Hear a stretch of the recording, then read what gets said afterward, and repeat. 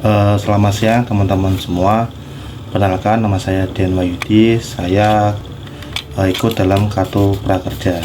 Di sini saya akan menjelaskan perbedaan penerapan prinsip akuntansi pada beberapa badan usaha beserta contohnya. Sebelum itu, kita harus tahu dulu apa itu prinsip dasar akuntansi.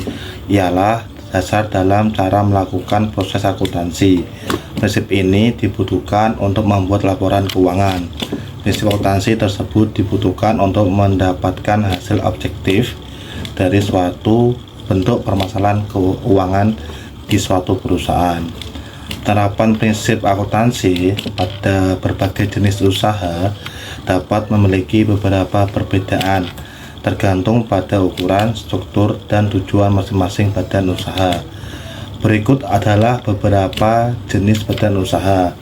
Yang pertama yaitu badan usaha perseroan ataupun sole proprietorship. Prinsip entitas terpisah.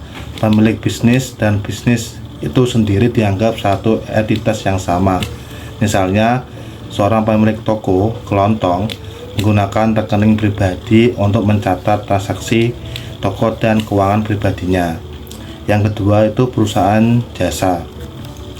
Prinsip pengakuan pendapatan adalah pendapatan diakui saat jasa telah diselesaikan. Contohnya, sebuah perusahaan konsultan mengakui pendapatan setelah ia selesai memberikan layanan konsultasi kepada kliennya.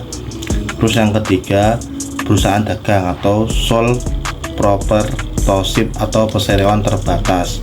Prinsip persediaan ialah persediaan diakui sebagai aset dalam neraca. Contohnya, sebuah toko pakaian mengakui persediaan pakaian yang mereka miliki sebagai aset dalam laporan keuangan. Yang keempat yaitu perusahaan manufaktur ataupun perseroan terbatas. Prinsip biaya produksi. Biaya produksi termasuk bahan baku, tenaga kerja, dan overhead pabrik diakui sebagai biaya dalam proses produksi. Contohnya, sebuah pabrik mobil mengakui biaya bahan baku, upah pekerja, dan biaya overhead pabrik dalam memproduksi suatu mobil. Mungkin itu aja saya sampaikan, kurang lebihnya saya mohon maaf. Terima kasih.